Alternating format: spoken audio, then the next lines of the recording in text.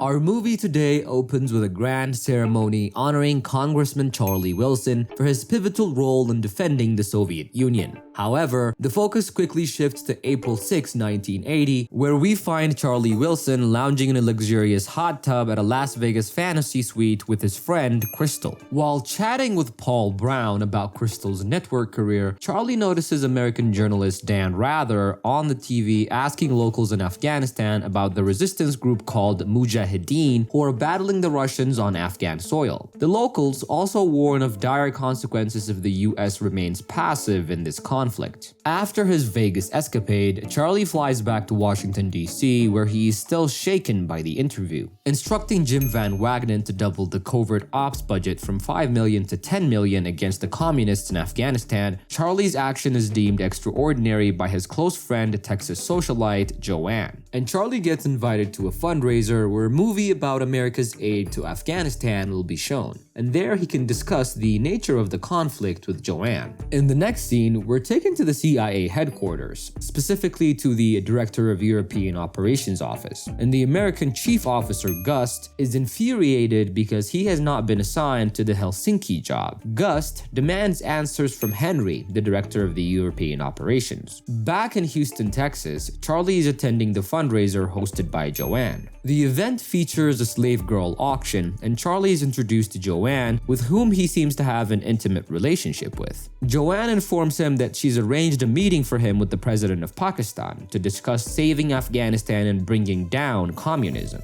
Next scene opens with a gripping clip of the Soviet Union's military parade and helicopter shooting. In the next frame, we see Charlie at the presidential residency of Pakistan, where he meets with the president and his advisors. They discuss the dire situation in Afghanistan and its impact on neighboring countries. The living conditions for Afghan refugees are harsh, with 3 million of them living like poorly treated livestock and 2 million fleeing to Iran. The Pakistani officials accuse the US of not doing enough to help defeat the Soviet Union in Afghanistan, despite doubling the budget, which they believe to be a joke with no visible impact on the war. On his way out, the president of Pakistan asks Charlie to visit the refugee camps in Peshawar. The refugee camp is a site of massacre and misery where the most basic needs are very scarce. One boy recounts the tragic tale of grabbing something shiny that blew up in his face, costing him his arms. A little girl sits beside him, also missing her arms, and people talk about the horrors of the Russian soldiers slitting the throats of innocent children. This reality of death and torture invokes something deep in Charlie. Before flying back to Washington, Charlie visits the American embassy in Islamabad to meet the station chief, Harold. He seeks the full classified briefings and questions why Afghans are not supplied with appropriate weaponry to shoot down Soviet helicopters. Charlie also expresses his willingness to help in any way that he can. However, Harold dismisses the idea, citing the sudden influx of money as a potential risk. Infuriated by the embassy's inaction, Charlie leaves, determined to make a difference. The next scene opens with Charlie and his aide Bonnie chatting on a plane.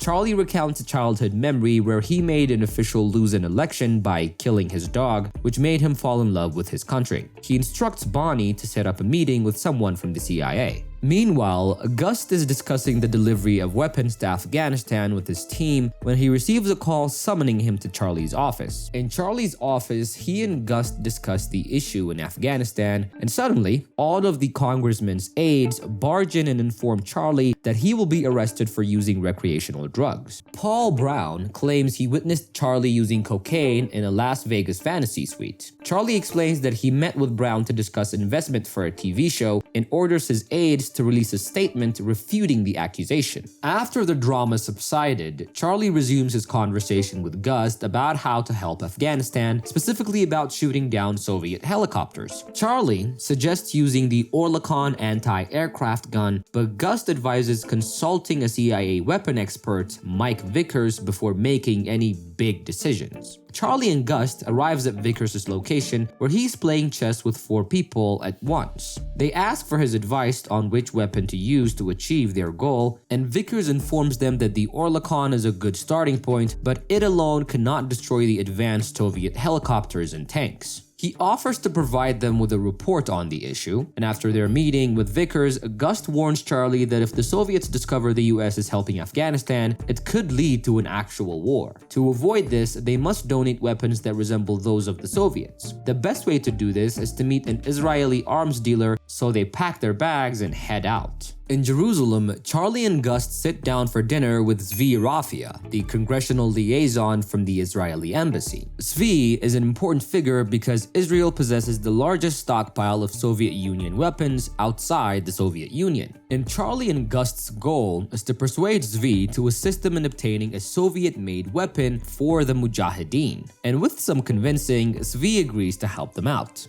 Their next destination is Cairo, Egypt. There they meet with the deputy defense minister to discuss obtaining the Soviet-made weapons that they need. For a moment, the defense minister was distracted by Charlie's friend's belly dancing performance, but despite the distraction, the deal was successful. Meanwhile, back in Houston, Joanne has organized a ceremony to honor the president of Pakistan. Charlie attends the event and takes the opportunity to discuss current events with the president, including the importance of collaboration between Israel and Pakistan. Charlie then meets with Gust's team to discuss strategies for training elite forces in Afghanistan. One option they consider was training the Panjshir Valley Group. Next, Charlie attempts to convince Doc Long, the chairman of the Defense Appropriations Subcommittee, to provide $40 million he needs for a fund. However, he is unsuccessful in this mission, and he's determined to secure the funding. So, he calls Joanne, confident that she can persuade the chairman. Joanne succeeds in convincing the chairman to visit a refugee camp in Pakistan to see the living conditions of the Afghans. Charlie, Gust, and Joanne accompany the chairman on the trip. In Peshawar, the chairman is deeply moved by the people's spirits and determination to fight back, and he makes a remark in front of the people to show his support. The next scene opens with a clip of the Soviet army attacking Afghanistan as it airs on a TV in Charlie's house.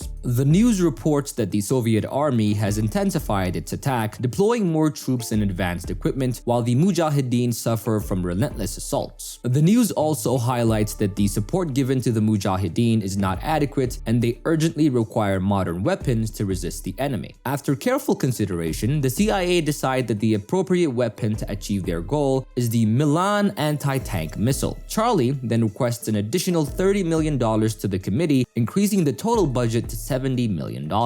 In a meeting, Mike Vickers introduces the Milan anti-tank missiles, stating that 300 of these missiles have already been delivered to the Mujahideen at a time of his speech. We witness a series of scenes showing the missiles being delivered and the Afghans being armed. Charlie, determined to help the Mujahideen in their fight against the Soviets, persuades the authorities to increase the budget further from $70 million to $100 million.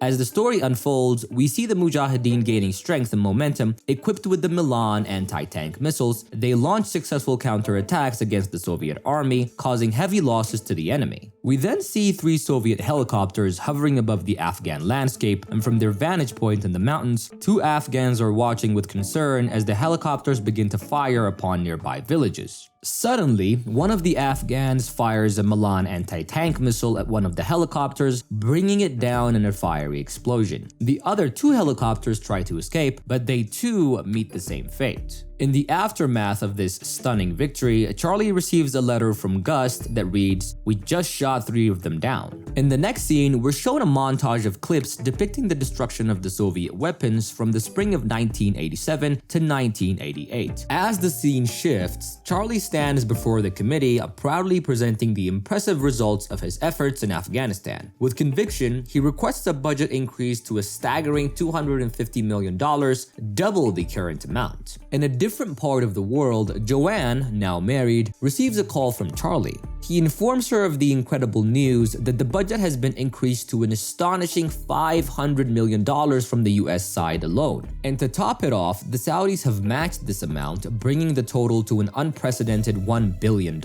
Charlie is seen celebrating his re-election at the grand ceremony when Gust calls to congratulate him. The cheerful atmosphere changes as Gust reveals that the current chairman, Doc Long, has a significant chance of losing the upcoming election, and they need to be prepared for that. that. Charlie, however, is not worried as he knows the new candidate personally and considers him good news. On April 14, 1988, the Soviets signed the Geneva Accords. The Afghans celebrate Charlie Wilson, an American congressman, with a warm gun salute and gift him a Stinger tube. The next scene shows the TV news declaring Afghanistan as the first country to defeat the mighty Soviet Union. The news reports that the retreat of Soviet military power from Afghanistan is complete. In Charlie's house, he's having a small get-together. Gust advises him not to stop his contributions to build roads, schools, and factories. Charlie asked members of the committee for $1 million for school reconstruction in Afghanistan. However, they refuse, telling him that they've done enough and are unwilling to do anything for that country from now on. We are now taken back to the first scene where Charlie receives the Honored Colleague Award from the CIA, the highest recognition award a civilian can receive. Joanne, Gust, and Bonnie are among the audience members clapping for him. And the movie ends with a quote from Charlie Wilson that reads, "These things happened. They were glorious and they changed the world, and then we fucked up the endgame." And that is it for our recap for today, guys. Make sure to hit that subscribe button, leave a comment, like our video. We'll see you guys on our next recap. Love you all. Bye.